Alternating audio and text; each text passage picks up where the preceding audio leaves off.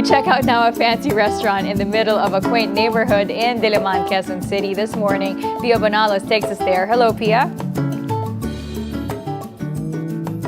Good morning, Claire. Here at Via Antonella, good old favorites are given a much-needed twist, and they have everything covered from appetizers all the way down to the dessert. With me is owner Edwin Pimentel to tell us more about their restaurant. Good morning, Edwin. Hi, good morning. First, can you tell me about Via Antonella? The menu is really serving mostly fusion dishes. Yeah, fusion dishes of basically it's a Filipino dish. Yeah, with fusion. Na dinadagdagan nyo ng something extra that makes everything so exciting. Yeah. And of course, the name is also very intriguing to me. It's Via Antonella. Why is the restaurant called that? Antonia is the name of my wife, and Micaela is my daughter. So Antonella. And Via is the way, like the way of Antonella. Oh, all right. So that's a perfect fusion of like Yeah. your wife and daughter, and then of course the food is fusion as well. So it Yes. all comes together nicely. And of course, I'm sure a lot of you are also very excited to know about the food. A while ago, I told them about your salad. Can you tell me about your inasal salad? Yeah, it's a chicken inasal salad. It's a salad with the cheese, and then we put for the protein we put the chicken inasal. What kind of dressing was put here? It's a house dressing. This is the house dressing. Because, you know, I'm a big fan of chicken inasal. And to put it in a salad is something really new to me. Who comes up with the menu or like the recipes for your dishes? For the initial recipe, for the initial dishes, it's with my brother-in-law, who's a chef. So we develop the food, and then when we come up with the new dishes, we hire a professional chef to develop some of for the additional menu. And I'm sure a lot of them would have to have really very imaginative minds, kasi imagine this one. Ang sarap ng inasal, and you put it with the crunch of the lettuce.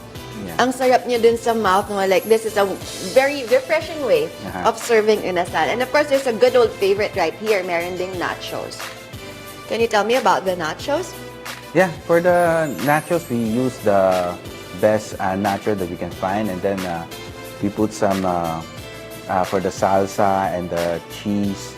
Actually, we look for the best ingredients that we can put. Yeah. And then you're served in a big platter right there, perfect for sharing. And I know this one is something very special that you have here. Can you tell me about this steak? Yeah, it's a hanger steak. We use a hanging tender, a U.S. hanging tender beef, and then we cook it sous vide.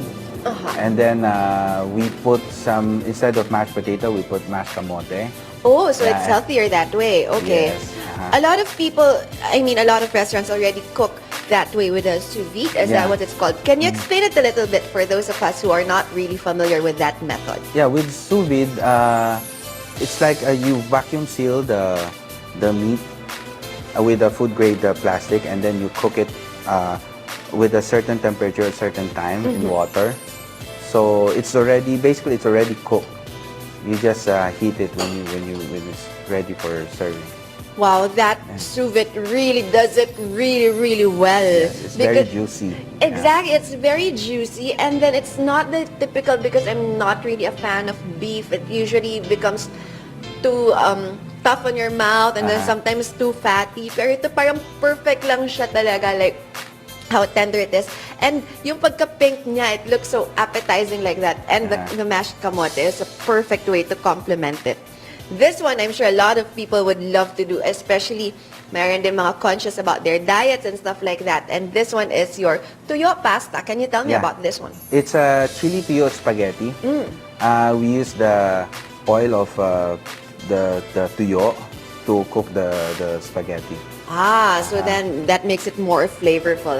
And of course, this one is a classic favorite of a lot of people. You have lamb caldereta. Yes, because usually for caldereta, we have the calderetang beef or calderetang kambing.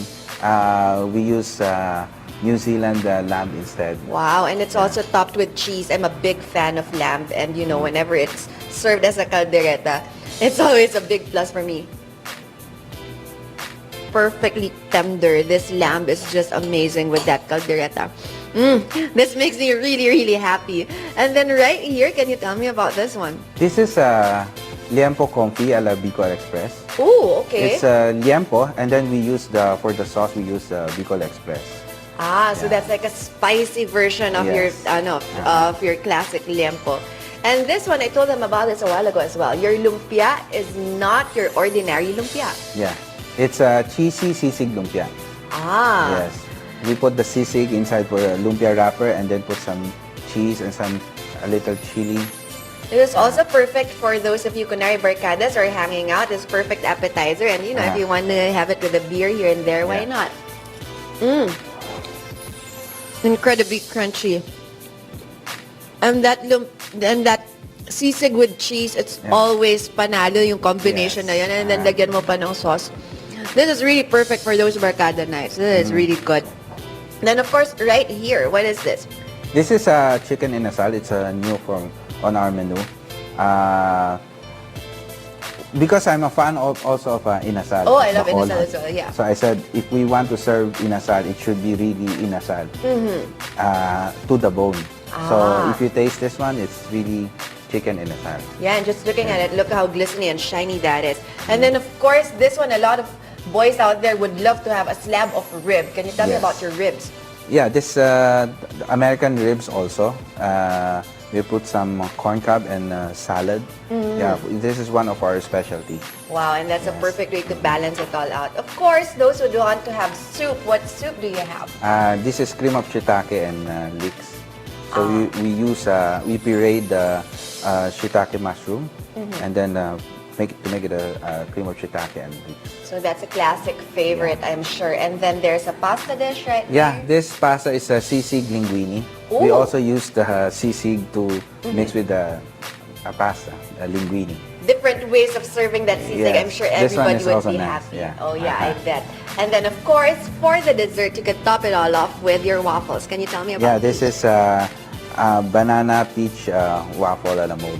Ooh, and Yeah. look at that generous serving of waffle, and look at all those bananas and Yeah. peaches, and of course, ice cream to make Ice cream, everything look better. Thank you so much, Edwin, for Yeah, sharing it thank with you. us this morning.